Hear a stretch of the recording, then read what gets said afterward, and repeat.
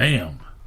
Yeah, that type of... That enrages me. Yeah, and that poor little girl. The problem that I have, and before I say this, let me mention, I support cops. I think 99% of them do a great job. It's just like pilots, though. When you when a pilot fucks up, it's bad. You know, when you're in these high risk situations. Stuff. Yeah.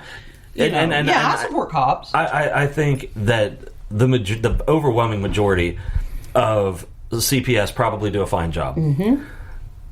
But then there's that one, well, I don't know, overwhelming majority could be 65%, who knows. But then there are those ones like this, and they're never held accountable, and they should be. That's fucking negligent homicide at a minimum. At most, it's accessory to murder.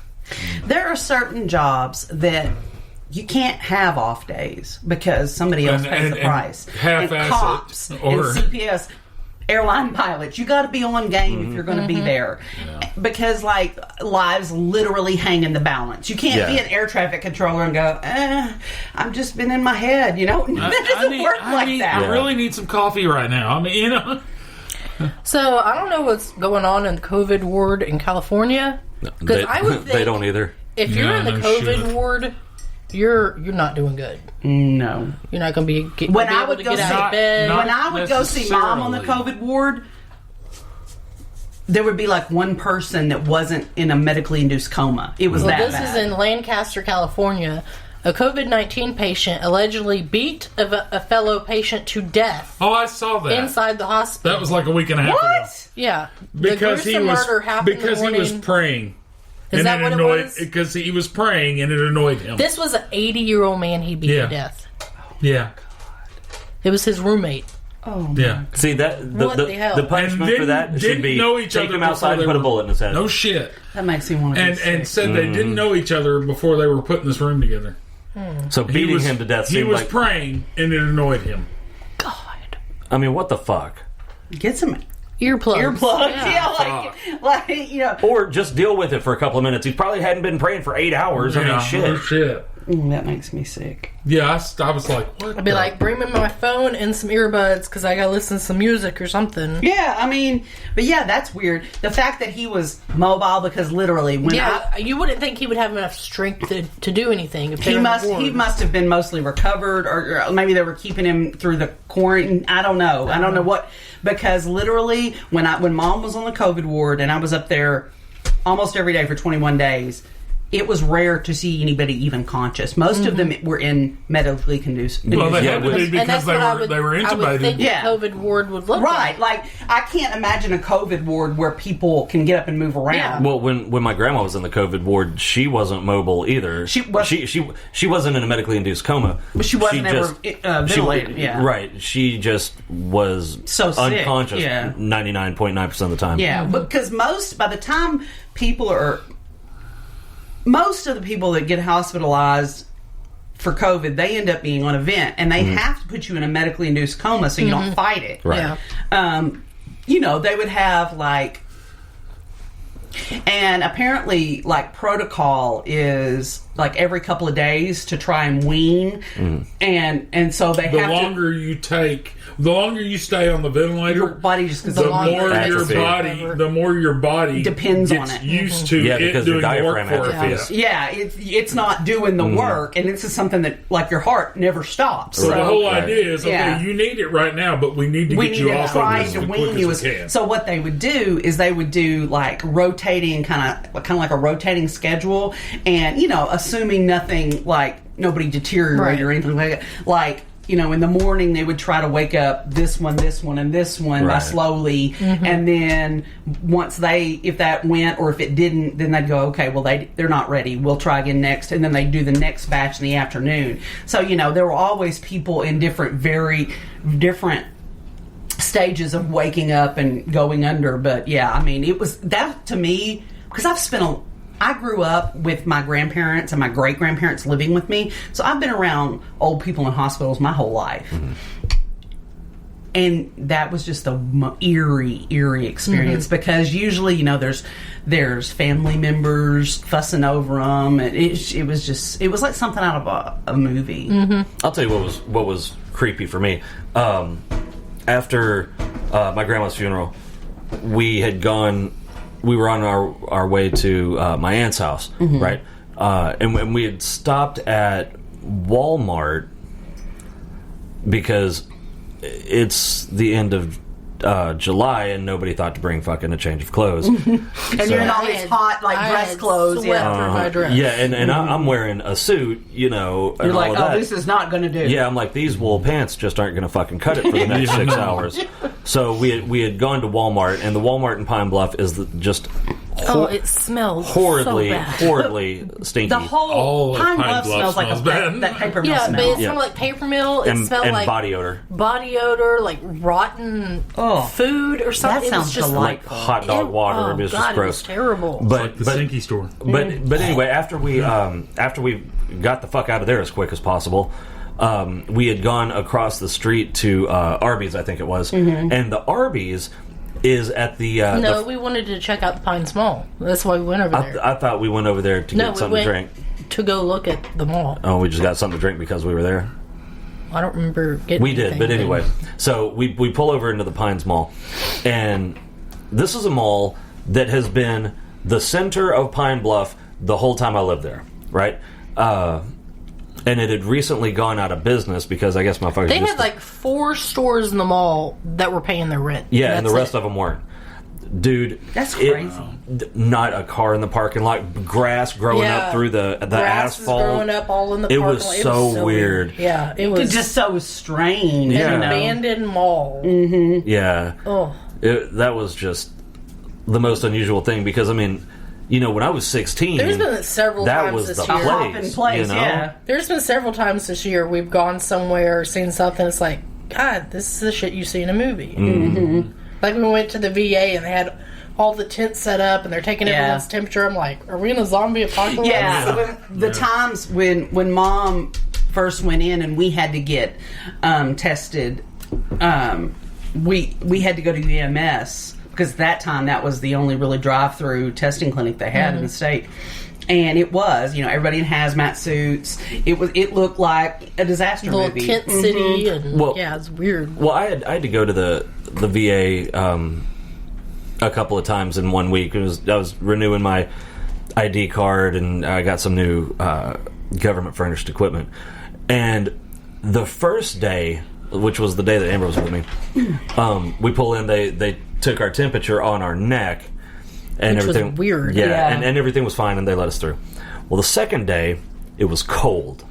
I mean, fucking cold. So I had the heater blasting on the way. So you had a fever. When, no shit, I pull up and the woman checks my temperature on my neck and it's 101 point whatever. Yeah, she looked at me like I grew a third eye. She's like, "Ooh, you got the plague." She looked at me sideways and she said, She's like, she said, "Let me see your forearm." Give her You're my like, forearm. well, the And she heater, she took my temperature and everything was fine. I realized after I turned the heater back on that it had been blowing right on my neck for the last 30 minutes. That's where the heater fan had been pointed. I was like, fuck, I'm glad it wasn't blowing on my forearm too. Shit. It's the only place I've seen where they don't take the temperature on your head. Yeah. You should just point it right at your forehead and take it. But in fact, I just got where I do this. Yeah, when he came around to my side, I did this, and he put the gun right there. I was like, Okay, I didn't see that coming. Yeah, so that was really weird. This has been. This has just been a strange year on so many levels. I hope we're about to. This is probably the worst year that in my 41 years.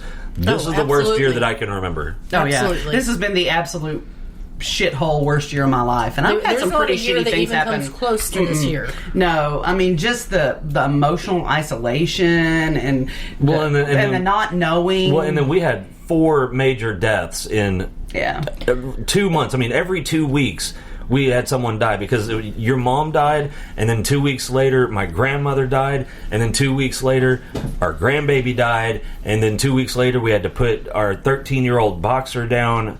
And it was like, Jesus. And it was just like, fuck me. Yeah. Chris was asked if I had any resolutions. I actually said goals because I don't like goals for 2021. I don't like resolutions. I was like, the only thing I want for 2021 is it for to be thousands of times better than this year. Yeah, that's the only thing I would take wish. just 50% better. Yeah, at this point, any improvement is better. Yeah, 0.8% better. I mean, because there's just been, it's not been one thing. It's just been so much, and so like tragedy and so much uncertainty and so much grief, and then on top of it all, the fact that we've had to isolate,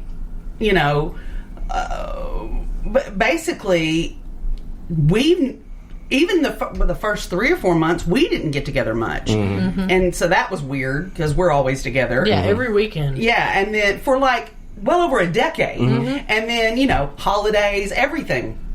So then that sort of messed up the rhythm of the way things felt. And then normally, like every month or 2 or 3 at most, the bigger group comes together, and that hasn't. It's just been, and then like extended family gatherings. Yeah, I think the first time we had gotten together in a long time is when your mom, the ambulance came to get there. We raced over there. Yeah, that's the first time. That was the first time we'd been together for a while. Mm-hmm. And it's just been such an insane year for so many people, and all the things that you depend on when shit goes wrong have also been taken from us. The ability like toilet paper. Well, that too, and the ability to that was the hardest. Oh, come on, that was funny. Freaking hoarders. I thought that was funny.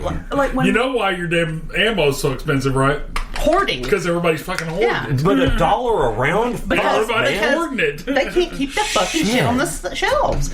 But like when Mom got sick and passed. I know people that are hoarding. My family has always come together and just we laugh and we cry and we couldn't do that. So your not only does all this shitty stuff happen, but then the things you use, like your coping strategies, have been taken from you too. And it's just been, I just know it's been really hard for a lot of people. A friend of Andrea's, and you might have seen it had like peripheral interaction with Andrea on Facebook.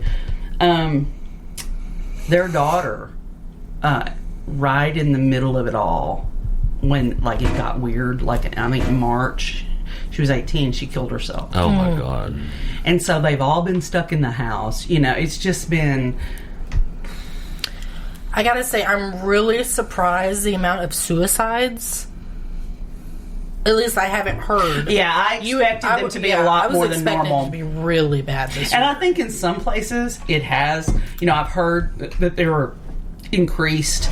But yeah, because the toll on people's mental health. Well, but I shit on technology a lot because I think that it does a lot of harm. But this is one instance. Yeah, this is one instance where could you imagine if we didn't have all this, infinitely higher the suicide rate would be if there wasn't shit like Netflix and Hulu and all of this other stuff. Or even like Facebook video calls.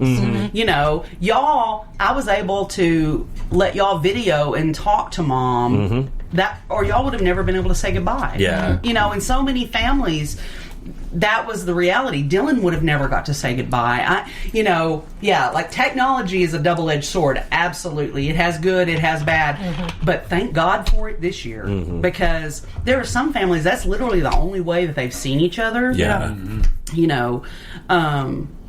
So I just hope. Yeah, because who the fuck is writing letters anymore? I mean. Yeah. We were behind a woman the other day somewhere who was writing a check. Oh, Jesus Christ. It was a fucking Hobby Lobby. Who the fuck carries checks? I do have a checkbook in my purse, but I can't tell you the last time I used it. I do when I go to the fucking DMV because they charge you like $2. No, it's 3%. Yeah, that bitch pissed me off at the DMV. I don't know how much y'all shit is, but to renew my tags is like $4. Well, when I pay my taxes and I do mine online, there's like a $2 fee. Yeah, I took Christian up there, and I've never had a bad problem there. Maybe I give off a don't fuck with me vibe. You do. Well, I need to take you with me because the woman was being so rude to Christian. It's probably the same one I'm talking about. It wasn't that big woman. This was a younger woman. Who was that big woman? She's been an asshole to me a couple of times. I've never had a problem with her. I need to take you with me next time I go too. Then horror stories with her. But this woman was the younger woman, and she was just being really bossy and short with Christian, and I was back 6 feet, standing behind the line. And he went to pay with his card, and, you know, in men's wallets, they kind of get bent. And he said, well, I'm not sure if it's going to work, because sometimes he has to run it several times. Well, we're not even going to try